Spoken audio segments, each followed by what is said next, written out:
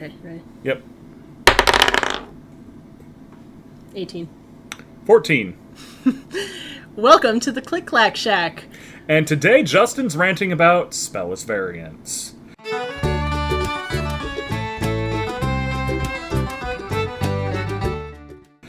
So, this is one of the things that most people disagree with me on, because there are 3 specific classes that I think should either be Spelless or should at least have a Spelless variant.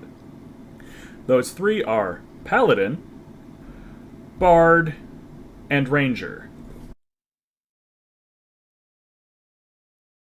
The thing that frustrates me about Paladin itself is that they are a half-caster, despite the fact that most of their spell slots, if not all of them, if you're playing that way, is being used for smites. And it doesn't vibe to me. I mean, to me that's kind of a valid argument. That's maybe the most valid part of your entire argument.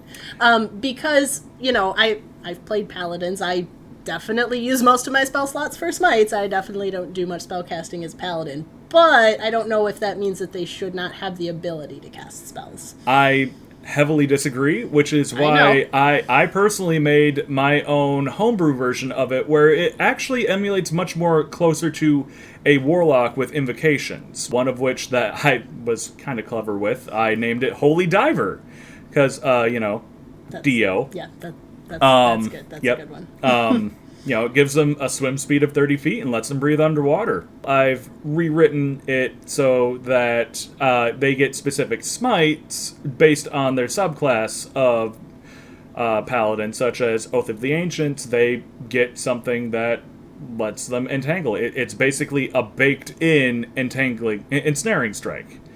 So, beyond mechanics, because you talk about mechanical reasons, right? Like using smites instead of spell slots, is there more reasons beyond just mechanical reasons that you don't think Paladin should have spells? So, I feel that the Paladin in of itself is, it's a fighter mixed with a cleric, which it is. And to me, the cleric part would suggest that you should get spell slots. The cleric part, yes, but to me, a Paladin is a fighter and a cleric, where the sum of the parts are greater than... I know what you're trying to say. Yeah, the whole is... There you go. The whole is greater than the sum of its parts. Right. That's how that phrase goes. It's slightly better than a fighter in some circumstances, and slightly better than a cleric in some circumstances, and if you really do the math out, a Paladin has more healing capability than your typical cleric, excluding for the life domain cleric. Because life domain clerics are just ridiculous. They're redonkulous. They're unfair. I feel like there was something that you were telling me before about, something about how having a connection, or Paladins don't necessarily have a connection to a god. Something about that played into your argument, too. There is also that. I am of the opinion that Paladins aren't specifically devoted to a god. They are specifically devoted to a promise. It's an oath. It's an oath of being a paladin. For example, I make my oath to protect this forest. You are now a Ancients Paladin. It is a atheistic way to look at it, and I feel it's important to recognize that without tying in the fact that, hey, I'm a god of Eldath or Angarod. And see, I can't really counter that argument, because that example that you just gave, I've literally had a character do that. I have a character with, I think, 7 levels of Druid who then took a Paladin level because she swore to protect her home forest. So I can't really argue that point. Yeah, change my mind.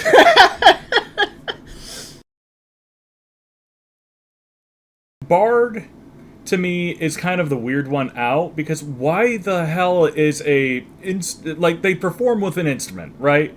How does that translate over to being a spellcaster? Some of the things on their spell list make sense, such as Friends or Tasha's Hideous Laughter, but Earth Tremor, Fairy Fire, Unseen Servant, none of that makes any goddamn sense as to why they have it. And why are they full casters? It puts them on the same fucking level as a wizard. spell slot wise. That doesn't make sense to me. So is your issue more with the bard spell list or the fact that bards can cast spells? The fact that bards can cast spells. They can cast spells if they have, like, I feel if they have, like, the ability to cast spells, it shouldn't be part of the bard class. I actually have my hands on a variant of Spelless Bard that one of my friends created, Vim. Thank you very much for that. And it is, instead of spellcasting, they have something that allows them to maintain a certain song, and that song happens to help or hinder in combat where necessary. It's a bonus action to maintain, and it makes a hell of a lot more sense than a bard for some godforsaken reason, because they are level, 6 that they get magical secrets for a lore bard. They get fireball. Why do they get fireball? Riddle me this. Riddle me this. So, what is the difference to you between bards being able to play music that casts spells and bards being able to play music that has magical effects? If a song is good enough that it has magical effects that help or hinder in battle, it does that, but it shouldn't be like a named spell. I don't think that because a bard knows how to play a flute, they should be able to cast lightning bolt or anything. Like, that doesn't make any fucking sense to me.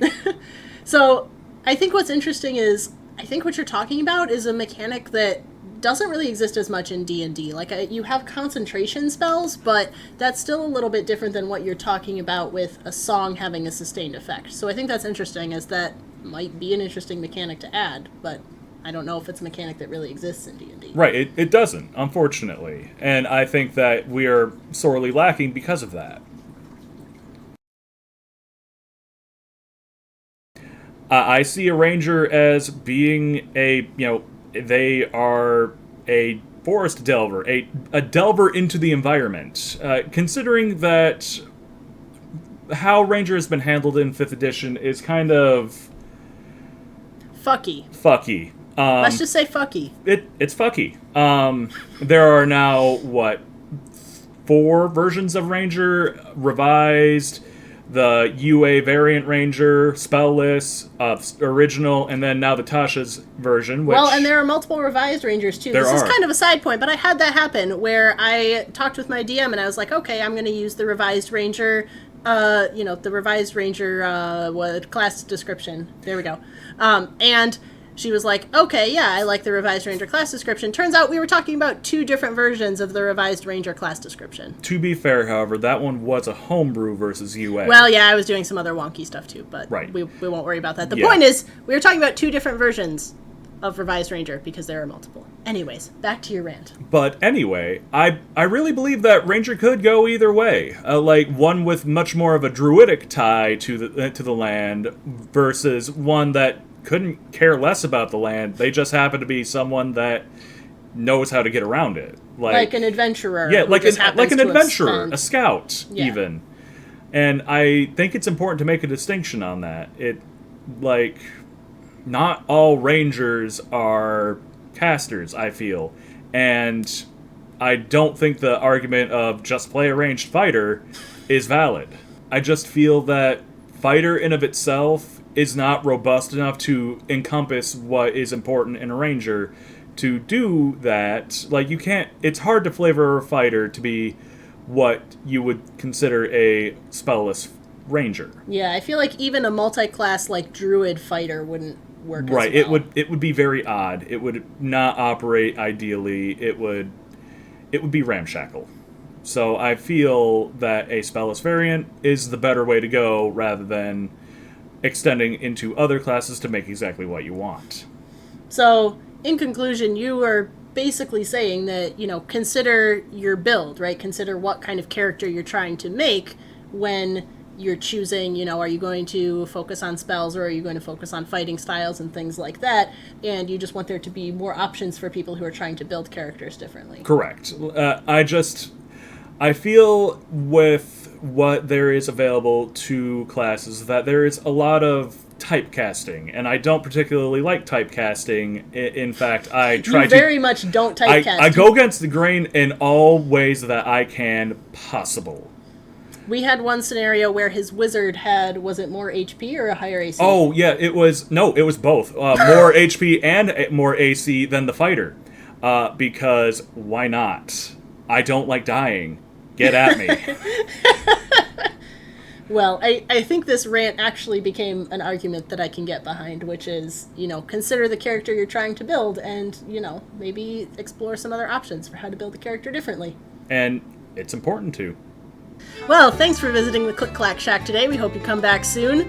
We try to put up a new video every couple of weeks, so make sure you click that subscribe button so you always know when we put up a new video.